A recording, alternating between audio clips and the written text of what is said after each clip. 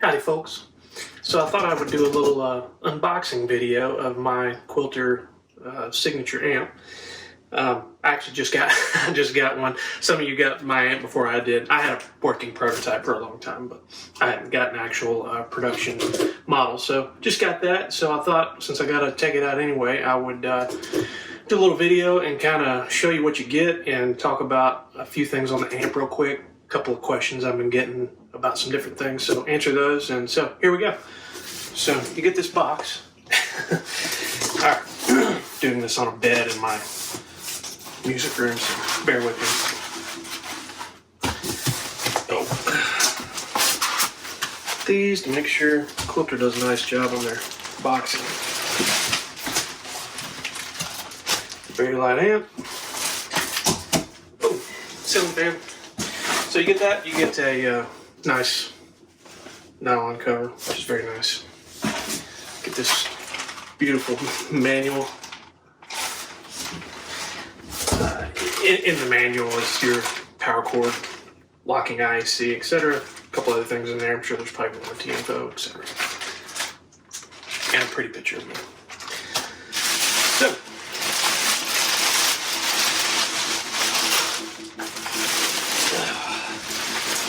here we have TT12 Eminence on board. Comes with my signature double T12 Eminence 12-inch speaker, 300 watts, 8 ohms. So you can see this is a block dock 12-inch cabinet that we sort of customized for this project. So first thing you notice is a little signature badge. That's my signature on it, etc. One of the coolest things that I sort of really wanted to have on this were the legs. So, which also have a cool custom thing. I'm trying to do this on a bed, but yeah, even on a bed it works. Like, that makes that so great for gaming. I mean, usually you have to add something like that, whatever, and they don't match and all that stuff. So just having that right out of the box is really cool. So that's the cab. So the cool thing about the way these block dock things work, and this one too, is the amp is mounted in a little alcove here, right? So you can gig like this, take it out, it's a combo amp, right? You can, so if you need to separate them, I'll show you how fast this is. This comes off, boom, there's the head, right? Plugged in. So if you feel like you need to see your controls a little bit better, you can just do that on the gig. Still got a combo, kind of more traditional placement, right, for controls and what have you. Or if you're in the studio or on the road or anywhere where you need cab separated from head, unplug it. Now it's a cab that goes in a in a booth somewhere or whatever. There's a spot in the back to plug a different speaker cable in, right? If you need a longer one for a run, goes right there, etc. There's the back. So I'll talk about this cab real quick. So when I first got one of these block dock cabs, I was a little weary of this piece of wood right here. I'm real picky. A lot of you guys have had conversations with me about steel cabs, and I'm super picky about the ratio of the open back. I prefer open back cabs, but that being said, I'm really picky about how open, the size of the opening, shape of the opening, etc. So when I got this and saw that, I thought I wasn't going to like it, judging a book by its cover, and I plugged in, and this is actually the best sounding 12-inch cab I've ever played through. I think there's something going on with, I'll say this has, this cabinet itself has a more sort of round, full-sounding low end than any cab I've ever played through of this dimension.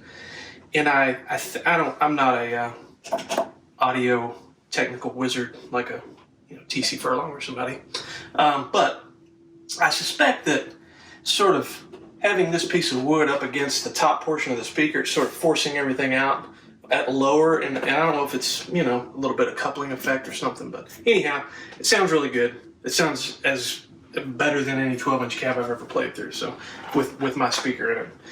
So there's that. So the head. Talk about the head. This is a Tone Block 202. We did not modify this head for this project. Modified the cab, not the head. So this is the standard one you get from Quilter. It's an amazing guitar amp. It happens to just be one of the best steel amps I've ever played through. So a couple cool things happening on here. A lot of you guys have the Steel Air, the steel players that are watching this video. You've got a single mid control instead of the low mid, high mid that the Steel Air has. I thought I might miss that. I really don't. And maybe some of that's due to the cab and speaker combination already sounding really good in the mids. But anyhow, this tends to sort of sweep at really the correct frequency for what you're generally trying to get rid of anyway in a steel. So bass treble, reverb again versus the Steel Air. It's single knob. I don't miss the other two. I sort of left them set most of the time anyway, pretty much straight up. So I'll say this, I've used this thing on probably hundreds of songs in the last 10 months since I've had it in the studio. I wind up using this reverb if I just need a normal reverb a lot of the time. If I need something more exotic, I have, Eventides and all kinds of stuff I can plug into. But for just a standard nice reverb, I actually wind up using the one on the amp a lot. Master goes from off to 200 watts all the way up. Obviously that interplay between the master and the gain is important for you to mess with. It's a big, because you can gain really hot, and if the limiter is off, it'll gain like a tube amp. You get overdrive, and it sounds really great actually.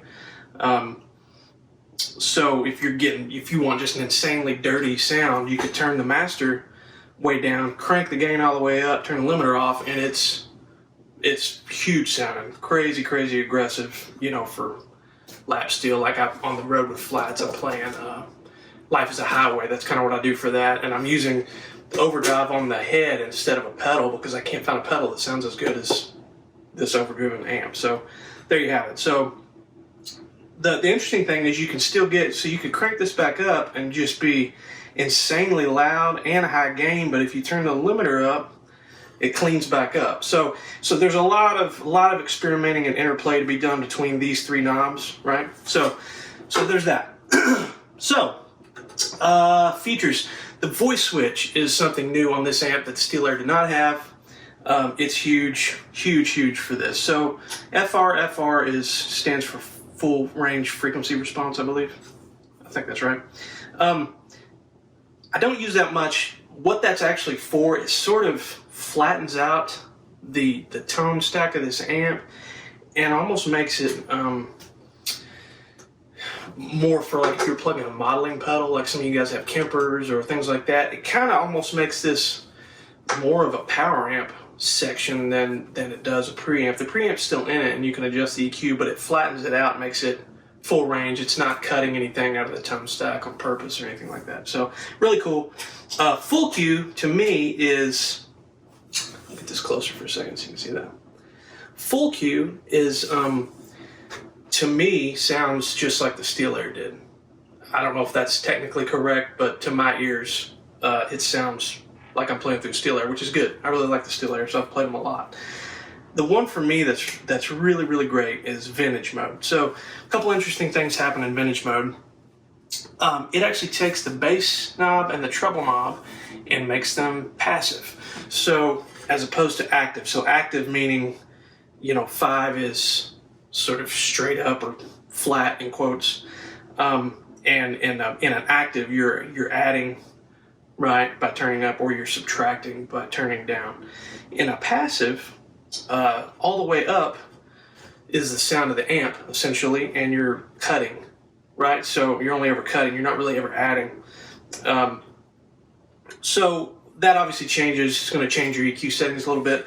I find in this, though, what that does is it, and also the mid control stays active in that. It does not change, just bass and treble. But in that mode, they're bumping out a little bit of a mid. It changes the voicing of the mid, but already when you do that, and I find that it takes a little bit of the stereotypical kind of steel guitar mid honk out a little bit that usually we're all trying to get rid of, some more than others, but it dumps that a little bit out of the gate, which is really cool. And then on the highs especially, you get almost a real sparkly kind of silky Fender-y type of thing, like a really great sounding Fender that's, you know, like Fenders sound great for steel. The problem is you can't get any gain out of them.